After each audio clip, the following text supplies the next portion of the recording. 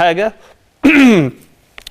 محمد صبحي حارس مرمى نادي الزمالك أثار أزمة كبيرة جدا داخل غرفة خلع الملابس ما بين شوطي مباراة الزمالك والداخلية اللي انتهت بالتعادل الإيجابي 1-1.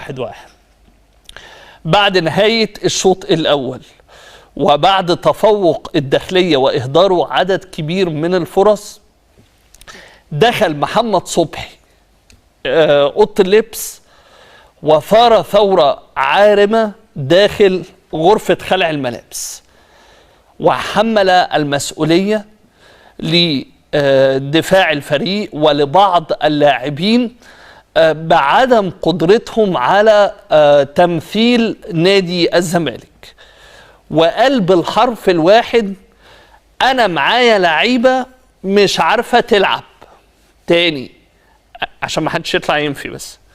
ومش عايز اقول مين اتدخل، ويعني ممكن نزود بقى في اللي حصل جوه اوضه اللبس ما بين شوطي مباراه الزمالك والداخليه.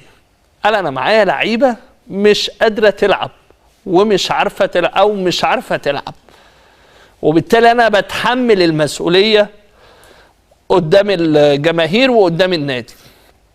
حاولوا يهدوه بعض المتواجدين من لاعبين من مسؤولين بالفريق قبل طبعا انطلاق الشوط الثاني.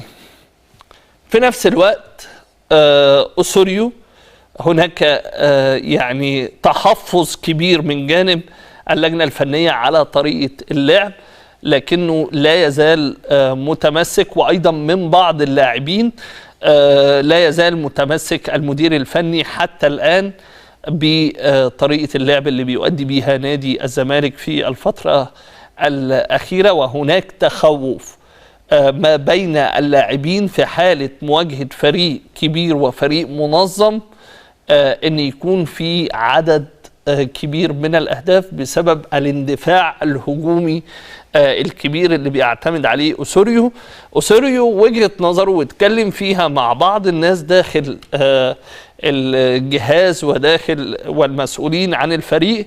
قال لهم: أنا نادي الزمالك ولازم ألعب كرة هجومية، ونادي الزمالك طول عمره بيلعب كرة هجومية، وأنا مجمع وعارف تاريخ نادي الزمالك، لكن الخلاف بس على نوعية اللاعبين اللي بيخوضوا المباريات في التوقيت الحالي. ده يمكن